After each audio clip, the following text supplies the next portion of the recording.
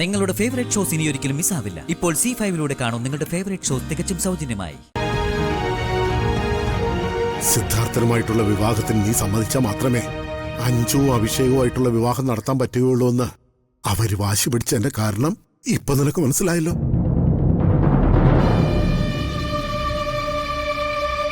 ഒരു തരത്തില് അതൊരു കെണിയായിരുന്നു. പക്ഷേ ദൈവം നമ്മളോടൊപ്പമാണ്.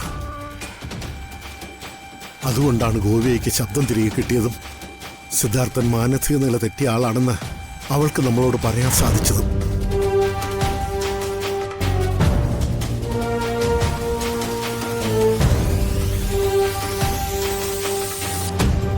ഇപ്പോഴെങ്കിലും നീ ഒന്ന് മാറി ചിന്തിക്കാൻ. എന്നാലും പൊന്നാരം തോട്ടത്തുകാരിൽ നിന്ന് ഇങ്ങനൊരു നെറുകെട്ട പെരുമാറ്റം ഞാൻ പ്രതീക്ഷിച്ചില്ല. ഇനി എന്ത് ചെയ്യും മുത്തശ്ശ? സിദ്ധാർത്ഥമായിട്ടുള്ള വിവാഹത്തിന് ഞാൻ തയ്യാറായില്ലെങ്കിൽ കുഴപ്പത്തിലാവുന്നത് ഗോപികയുടെ ജീവിതമല്ലേ?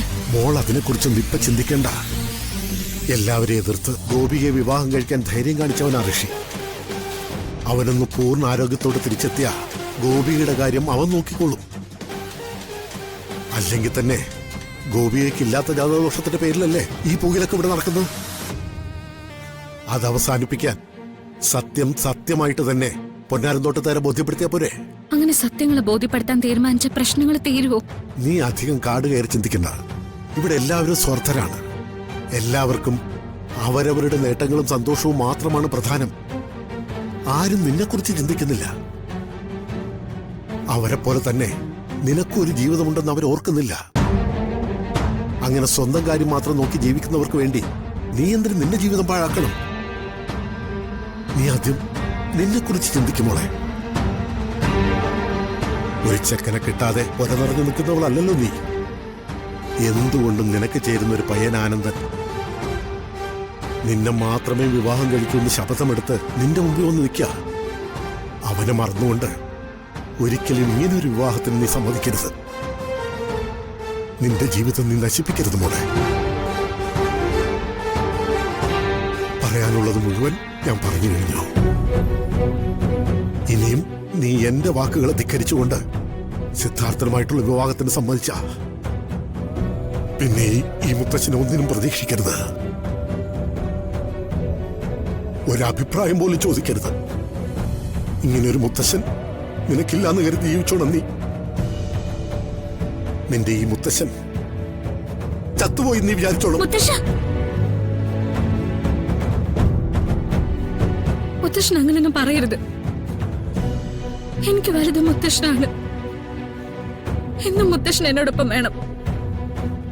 ഞാനൊന്ന് തളരുമ്പോ താങ്ങി പിടിക്കാൻ എനിക്ക് മുത്തശ്ശൻ മാത്രമല്ലേ ഉള്ളൂ.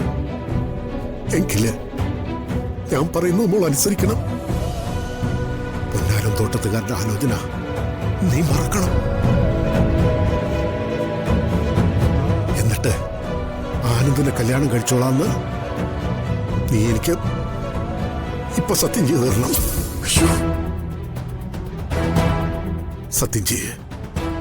ആനന്ദിനെ വിവാഹം കഴിച്ചോളാന്ന് എനിക്ക് സത്യം ചെയ്താ. സത്യം ചെയ്യുമോളെ.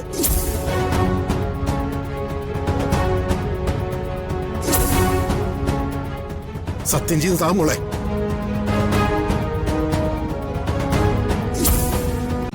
ഡൗൺലോഡ് ചെയ്യൂ C5 ആപ്പ്. കാണൂ എല്ലാ എപ്പിസോഡുകളും സൗജന്യമായി.